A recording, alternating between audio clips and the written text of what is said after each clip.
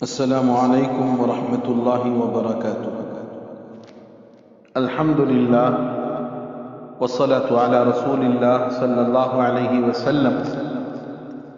محترم ناظرین، قابل احترام سامعین، اس وقت پوری دنیا کورونا وائرس کی لپیٹ میں ہے اور دنیا کا اکثر حصہ اس وبا کا شکار ہو چکا ہے اور لوگ بہت زیادہ اس وبا کی وجہ سے پریشان بھی ہیں، کئی ساری اموات ہو رہی ہیں۔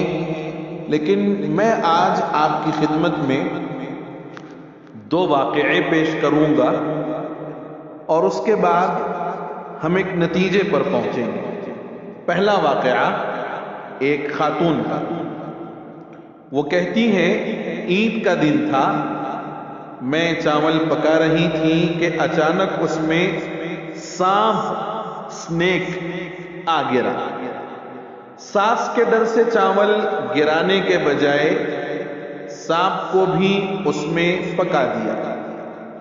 سب نے بہت تعریف کی کہ بہترین چاول پکائے، بہت مزہ آیا۔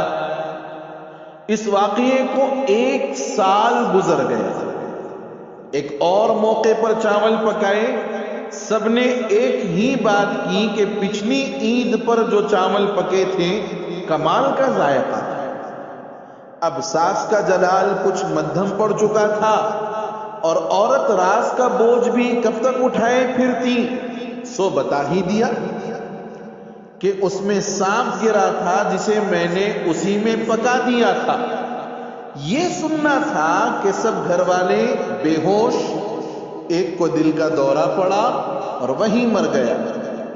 اب یہ اثر سانپ کے زہر کا تھا یا سانپ کے خوف کا؟ ہمیں غور کرنا ہے۔ آگے چلیے، ایک دوسرا واقعہ۔ امریکہ میں موت کے سزا یافتہ ایک قیدی پر ایک عجیب تجربہ کیا گیا۔ اسے بتایا گیا کہ آپ کو نہ پھانسی دی جائے گی، نہ گولی ماری جائے گی، نہ ہی زہر کا انجیکشن لگوایا جائے گا، بلکہ سانپ سے ڈسوایا جائے گا۔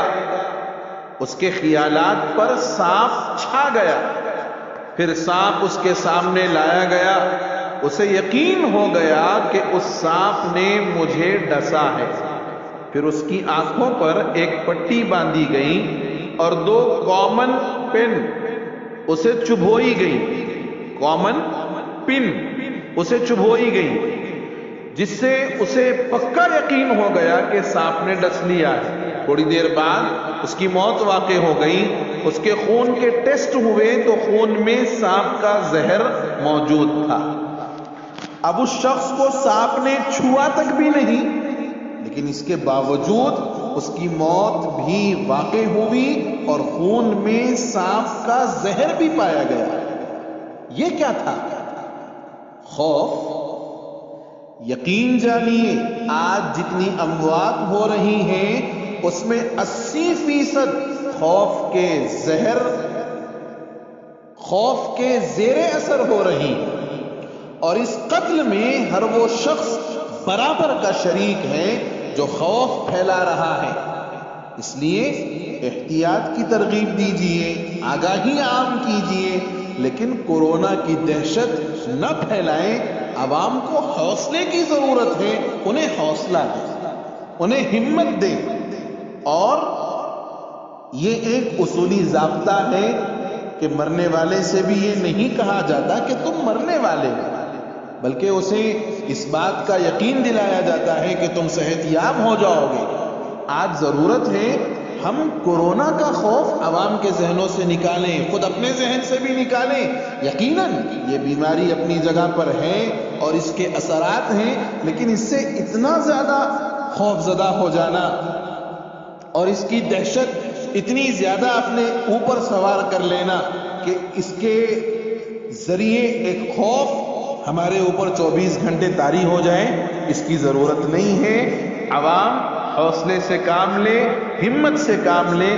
اللہ نے چاہا تو یقیناً یہ وبا بہت جلد ختم ہوگی اور ہم پہلے جیسی زندگی ضرور گزاریں گے. اللہ تعالیٰ اس بیماری سے ہماری اور پوری انسانیت کی حفاظت فرمائے. آمین. والسلام علیکم ورحمۃ اللہ وبرکاتہ.